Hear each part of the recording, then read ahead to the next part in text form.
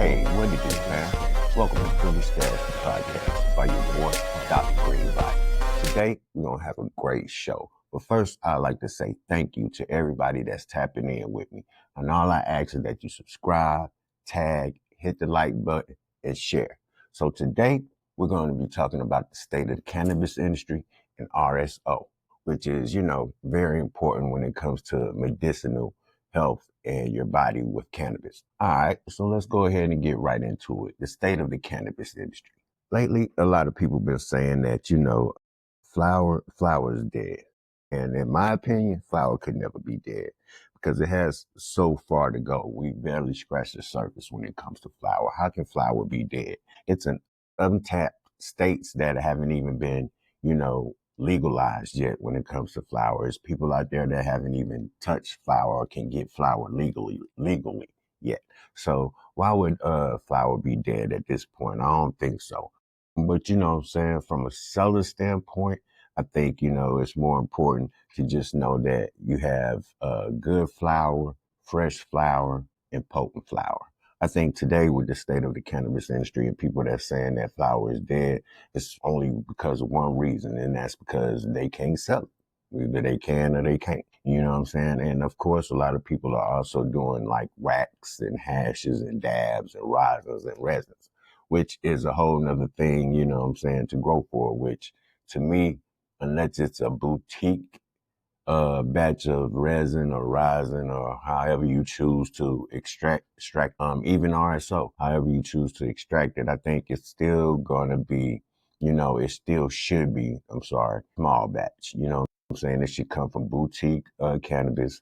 It should come from organic cannabis because to me, in my opinion, when you're doing rosin, resin, you're vaping, you're hashing, it's like going straight to your lungs and your esophagus and your throat and things of that nature. So you want to make sure that it's nothing but clean smoke coming out of that rosin or resin. You don't want any bacteria, you don't want any mold, plant matter, anything of that nature when it comes to that. So you want to make sure that, even in that industry, that you're getting the best that you can get. But flower is nowhere near dead, you know what I'm saying, when it comes to still not even being destigmatized in every part of the nation or the world, period.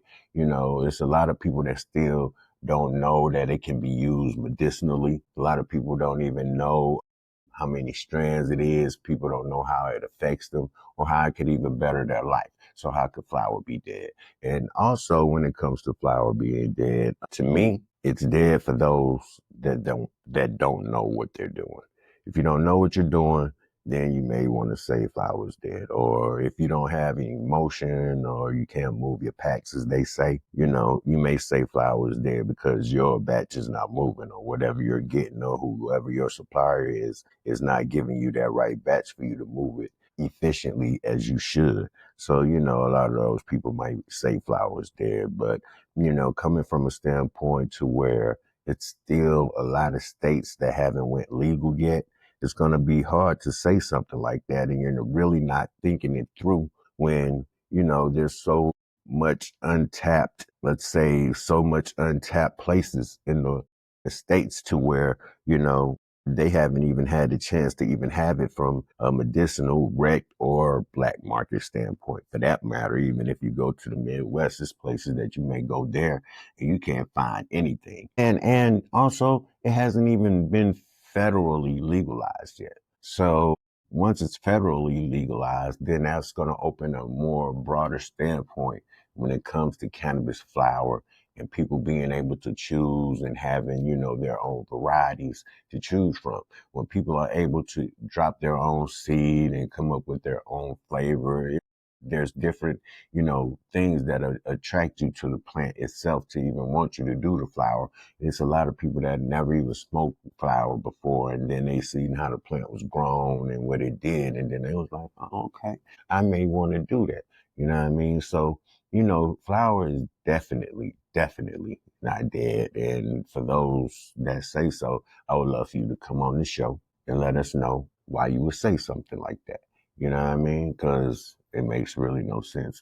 To me, I think it should be federally when it comes to the state of, marijuana or cannabis right now, I think it should be federally legal, in my opinion, because that way, if it's federally legal, then people that need it medicinally will have access to it and live a fruitful, better, longer life, or able to once they find out the things that it can actually do for them. Also, when it comes to being federally legal, you know what I'm saying?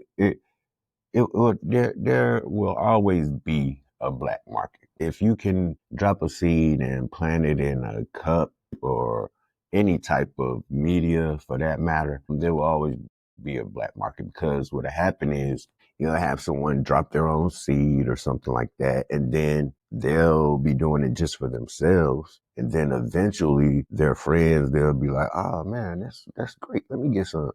You know what I'm saying? Right then, you'll be like, all right, bet.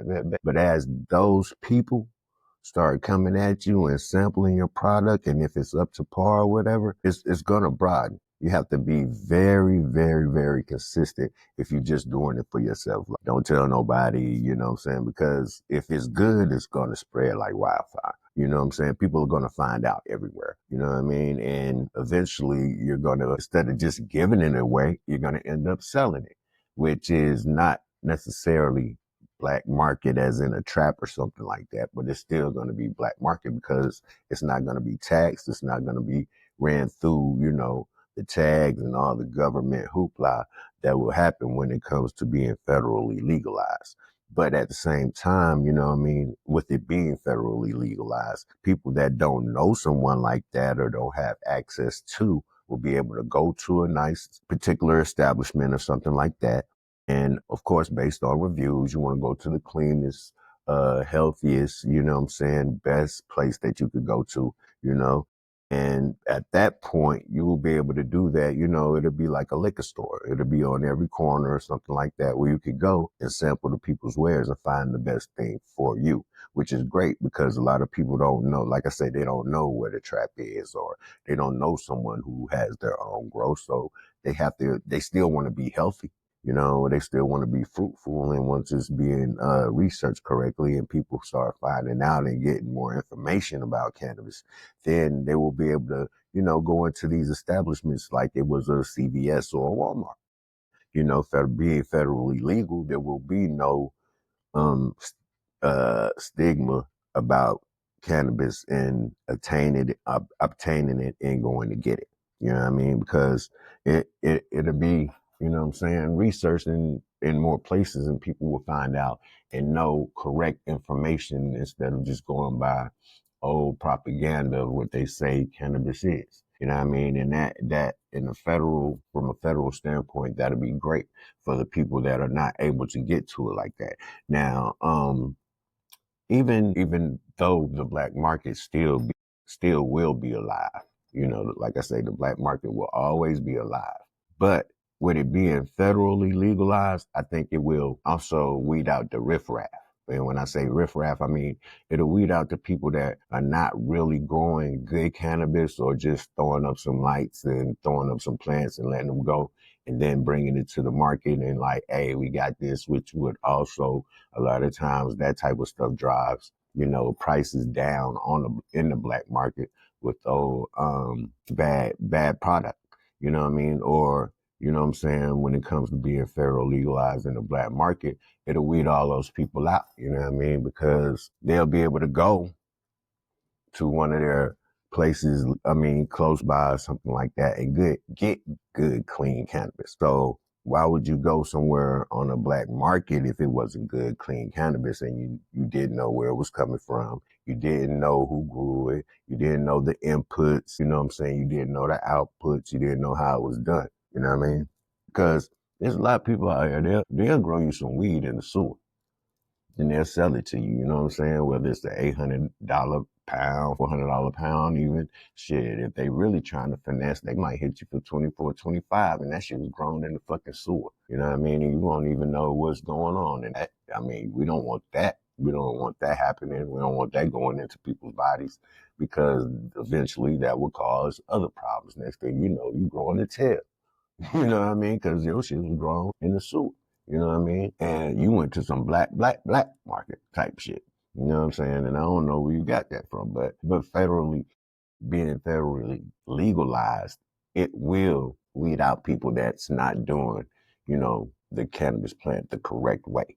You know what I mean? So, and also, I think, even if it was federally legalized, I think it still should be like medicinal and just mainly from a patient standpoint, it needs to be medicinal. Medicinal, I think, even though it may not be said or anything like that, when it's medicinal cannabis, it's going to be checked more. It's going to go through more avenues to make sure that the person that actually needs it is actually getting what they need in their body. I'm sorry for that. They're actually getting what they need in their body, so it doesn't send them backwards, and it sends them forward and being cured from whatever they need or for whatever ailment they may have. So from that standpoint, you know, when it comes to getting stuff from the black market or anything like that, I think it should be medicinal and recreational and the black market. And I think if it's federally legalized, then, what I'm saying, it'll be the best of all three worlds. Also, when it comes to being recreational, what I'm saying, social and stuff like that, if it was recreational, then everybody would have access. You know what I'm saying? They're treated just like cigarettes, alcohol, or something like that. But also, you'll have your medicinal purposes, people that need it for whatever they need it for. And then you'll have your people that don't even want to deal with the establishment or anything like that. They'll have the best of what they can get from the black market. And also, being federally legalized, you can guarantee yourself to get a better product, a fresher product per se, because of course, you'll go say to Smo's place, and they're not doing so well, so they may have some packs from last year's harvest. So now with there being research, what I'm saying, you're starting to become close to what you're starting to become a connoisseur or something like that. You're going to be like, nah, that was last year's batch. I need to go somewhere where I can get a fresher batch and it's more up to par. And even though it's tested and it's been through whatever it's been through over there, I would like a fresher batch. Now, some people, they like old batches and stuff like that. They really don't mind, you know what I mean? And just because it comes with a different type of high. Really, that depends on, the type of high that you like as well. But, it's going to be different. There's going to be different types of situations, what I'm saying, different types of highs and things of that nature that's going to actually make sure and let you know if you like a fresher product or if you like an older product. Or I wouldn't necessarily say old product, just the old dirt product. Because some people like to, when it comes to cannabis and stuff like that, some people like to pull it early. And when I say early, smoke, I mean, not actually pull it early. I mean, smoke it early. Some people like to smoke it early to where, as soon as it's dry, a week or two after that, they like to go ahead and, pop it open and do their thing. And some people like a 3 to 4 month cure, which wouldn't be old to some people, but old to others. But it's a 3 month cure if you're doing the right process. And, some people like to have that and some people like to have this. So, it's just a variety, and with it being federally legalized, you can actually be able to see what your suit is when it comes to cannabis. And being in the state of cannabis today, like I say, it would be great to have it federally legalized. In my opinion, what I'm saying. A lot of people today are growing for, concentrates and waxes and resins and stuff like that. So you need to do your research. First of all, anything that you're putting in your body that much, you need to do your research. Whether it's coming from who smokes, somebody or somebody you don't. You know what I mean? Just a trusted person, and cannabis will always be here. It was here way before us. It'll be here way after. So when it comes to the state of cannabis and the state of cannabis flower, I think it'll be here forever. Me, myself, I only like cannabis flower. So, and I know there's millions of other people that's just like me that only like flower. But even though I know there's millions of other people that only like to, use concentrates and stuff like that. But at the same time, there's always room for both. Now, if you think that one is dead over the other, maybe you're not moving it. Maybe you need to change what you're doing and go to something else that, you know, you really believe in. Because if you don't believe in this, then maybe you won't be able to move it that well. You know what I'm saying? So that also matters when it comes to, you know, the state of cannabis.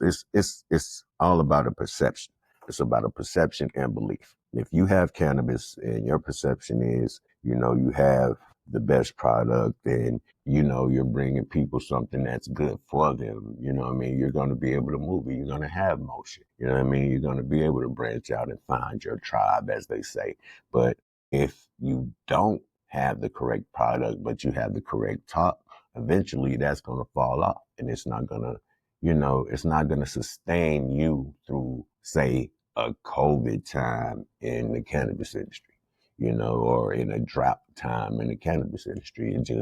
It's just not going to sustain you. But the state of cannabis is barely even, you know, scratch the surface when it comes to that. And I just ask people, you know, to do their research. You know what I'm saying? There's still a wealth of places to jump in and still invest, and, you know, whether it's flower or facilities to, you know, make concentrates and stuff like that. I think the industry is still wide open when it comes to that. And if you don't believe me, I'd love for you to come on the show, you know what I'm saying, where it's always a privilege, and we are always talking about exclusive and for the privilege, even the conversation, you know what I mean? So just come join us and let us know your opinion, you know what I'm saying? Because all of this is, you know, it's my opinion, but at the same time, if you follow it with facts, I mean, you know, it is what it is. So check that out. So the next thing that we're going to be getting into, which I think is a tremendously important thing for people to know these days. A lot of people have, like, you know, elderly in their family, or sick people in their family, or maybe it's you know what I mean? And you've used all type of opiates, you've used creams, you know, you did exercises, you did everything you could do. And some things just really didn't work, whether it was from pain or, you know, problems or health problem, maybe diabetes or, you know, insomnia even, you know, things like that. I think it's very, very, very important for people to find out about Rick Simpson Oil. Rick Simpson Oil, also called Doc's Full Spectrum Cannabis Oil, which is basically Rick Simpson Oil. It's called that because Rick Simpson is the one who brung or shine light on this particular oil and the benefits of the oil. So, and it's very important from the time that he's gotten into the industry to now, you know, when it comes to Rick Simpson Oil. And a lot of people still don't, I find that a lot of people still really don't know what it is and the benefits of it, or what it could actually do for you, your family member, or even just a close person that you know. So I think that, let me just say right now before I give my opinion of the Doc's Full Spectrum Cannabis Oil. Let me just, you know, I think everybody should just research it. You know what I'm saying? Google it. You know what I mean? Dive in. It can make your life better. I hate saying something like that, you know, and giving, like, you know, but you know, it can if you have any types of ailments. You know, Rick Simpson Oil, it's helped a lot of people with cancer since like 2003 is when it's been actually, you know, documented and labeled to where it's actually been able to help when it comes to cancer. Cancer, we all hate cancer. Fuck cancer. It's touched somebody in all of our lives, you know, a little bit, a lot, you know, from first stage to fourth stage, you know, to even being terminal. You know what I mean? And I've had it touch my family, and cancer is something that's fucked up. You know what I'm saying? And anything that you can do to fight it, to help you get better back to the person that you should be and that you know, you want to be, check out Rick Simpson Oil, Doc's Full Spectrum Cannabis Oil. And just check it out because it's been helping people, and it's documented since 2003. You know, let me say in 2022, there was a research breakthrough that marked immunotherapy alone. That means immunotherapy means no chemo or surgery. Just with, RSO, Rick Simpson Oil, Doc's full spectrum cannabis oil. In 2022, found just with immunotherapy that all patients in the study came back with 100% cancer free once being diagnosed with cancer. Let me say that again. 2022 research breakthrough marked immunotherapy alone, no chemo, no surgery, for all participants in this particular study, 100% cancer free after being diagnosed. And you can look that up. You can tap in and check that out. And that alone should destigmatize a lot about cannabis when it comes to a lot of people. But, it's all about knowledge and learning. And, if people are not willing to tap into it and see what it does for people and see, personal testimonies about how it helped people, even doctors don't know how it's helped people, and it's something that people should look into, especially in this day and time when it comes to people having cancer, people having ALS, MLS, Parkinson's disease. If you ask me personally, you know what I'm saying, and you're here on my show, I think it helps with any ailment or virus when it comes to that. Because what it does, it helps your cells rejuvenate themselves. It protects your good cells. So whatever's bad just dies off and doesn't, themselves basically. Just to give you a quick run of what RSO does. And, just to have 100% cancer-free diagnosis after having a diagnosis of cancer is a wonderful thing. And if all else fails and there's nothing that's working for you, or, you've been going through a certain type of illness or anything like that, and you try or so, just, let me know about it. If you tried RSO before, let me know. If you have any testimonies, let me know, because I'm just going to put one story out there. I had a few years back, I had a couple of sisters come to me. I'm not going to mention any names or anything like that, but they found me through, a friend or something like that. Their mom had cancer, and they heard that, I had RSO that could possibly help them, get through what they were going through at the time. So they reached out to me. Of course, I talked to them. Everything was cool. I told them to come get with me. You know what I mean? When they first got to me, they let me know what was going on. Now, their mom was in stage 4. She was in the hospice, I believe. She was stage 4. But they had been told that, she didn't have much longer to go, but she was very uncomfortable and unable to speak. So, being the great daughters that they were, they just was like, okay, if this is going to happen, let's at least make her comfortable. So, they wanted to do that for the time that their particular mom had left. So I told them, they told me the story, and I was like, well, okay. And then, me knowing that it was in a 4th stage, I didn't think there was much that the RSO could do. But what they were looking for was to make her comfortable. That I knew, because she would be able to get rest and sleep comfortably, and just put her in another place as she was going through this particular time. So I gave them some, I told them how to use it or whatever, and they did. So they ended up calling me back. Not too quick after that, you know what I'm saying? It took a little bit of time, and I always, during that time, I was wondering what was going on. They finally reached out to me, and they let me know that their mom had passed on. But the thing was, she was able to hug them and say goodbye before she passed on. And when they first started, she was unable to move and unable to speak. And when I found that out, and this was a personal testimony, they told me this. So this was nothing I asked for, anything like that. I was told that it opened up so many things in my mind of the potential of what the medicine could do. And I was just so happy for them that they were able to even have that, happen for them. And I was just so happy for them when that happened. You know what I'm saying? It was just it was an emotional situation, but it was a great situation at the same time. And, at that point, I just realized, the powers of RSO, or Doc's full spectrum cannabis oil. I just figured out that, what I'm saying, this is, it's not magic. It is what it is. It's natural. It's health. You know what I mean? Our bodies have cannabinoids that match these of the ones in cannabis.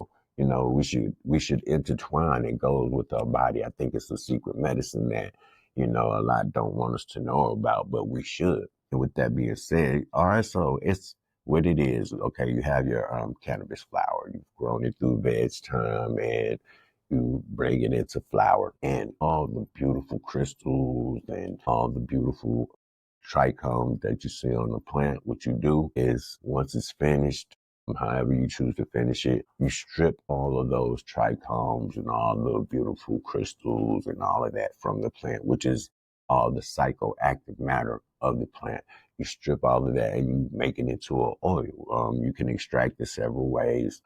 Some people use alcohol, isopropyl. Some people use alcohol like Everclear or Golden Grain or something like that. It's something that you could quickly Google and find out about. But what you're doing is stripping all of that off the plant and bringing it to straight oil, which is usually when in one milliliter, of RSO, you can have anywhere from 750 to 950 milligrams of THC in just one little milliliter of RSO cannabis oil. And that is super potent, and it's all THC. And when you take it into your body, it helps. It works with, and I would say what it does with people from that are going through cancer, when when they're going through chemo or you have surgery, you're going through a lot of pain. You may have a lot of nausea and stuff like that from going through chemo, headaches and all that type of stuff. So what it does, if you have the cannabis oil in your body, it deters all of that. Like I said, it protects the cells that are healthy, so that when you go through the chemo and they take out or whatever they need to take out for, say, just let's say surgery or whatever, once you've been taking the cannabis oil, it actually helps you rest and build your body, so it goes in sync with your immune system, and it aligns with you to know that now my body is rejuvenating itself, you know. So everything that the doctors are doing to help you, as far as, the chemo and stuff like that, we're just trying to extract all the bad cells out of your body, or kill the bad cells out of your body. This is going to help them go ahead and do that while not affecting what you have that are still proper, still good. Now, when you go online, like I said, I think everybody should research this, because it's something I really don't like to tell the benefits of it. Anytime I give it to someone, I like to just tell them, or if I find out that someone has a health problem or something like that, I just like to tell them, research this and then get back to me, and I can help you with it from there. And usually, sometimes they do and sometimes they don't, but I would say 95% or 100% of the people 95% of the people will get back to me, but 100% of those people always have nothing but beneficial words when it comes to using cannabis oil. And, so with that being said, I just like for everyone to just check it out, do your research. You know what I'm saying? Like I said, if you have anybody in your family, in your life that's going through anything, I mean, we want them to be healthy, right? We don't want them going through that. And if this is something that can help, I think, it should be used. And also, I like to also say that even for people that are already healthy, I think you should, tap into RSO as well, because it deters all that. You know what I'm saying? It's like pre-gaming, before anything like that happens or anything comes up or something like that. Your body is already ready to, battle whatever you're going through, to help you get out on the other side in a better position from where you started. And it actually, also I like to say it brings the body in balance with the immune system. So, it's like it's an oil that has been given to us through a miracle. I'm not going to say a miracle oil. It's been given to us through a miracle because anyone can make it, anyone can research it, and it starts with the plant that we all know that anyone could grow. You know what I mean? So, just if you have anybody, let me tell you, it helps you with. Let me just give you a couple of things that it will help you with. It helps with cancer, seizures, insomnia, any type of skin problems, any, cracked skin, bad skin, good skin to keep it good, all that type of stuff. It helps with GI issues. It helps with Crohn's disease. It helps with your liver. It helps with the kidney. It helps people with ADHD. It helps with pain management. So, it helps with all of these things. And just remember that it's an oil that's been given to us. You know what I'm saying? It's an oil that's it's been given to us, and we should be able to find it on every shelf, in the world today to keep us all healthy, but then what would that do for the other guys? You know what I mean? They wouldn't make as much money off of us as they do today if we were all healthy, correct? So with that being said, please do your research. If you have anybody in your life that really needs help with it, please tap in. You can always reach me at the.greenbody or Privilege Stash or Privilege Stash, the podcast. You can always find me somewhere there. And then my close friends, you know how to reach me. So thank you for stopping here at Privilege Stash, the podcast, where your host, DocGreenbody, where it's always a privilege, where you get everything exclusive and for the privilege, even in the conversation. I appreciate y'all stopping by. Don't forget to subscribe, tag, share, do all of that stuff. Appreciate you. Have a good one. Peace.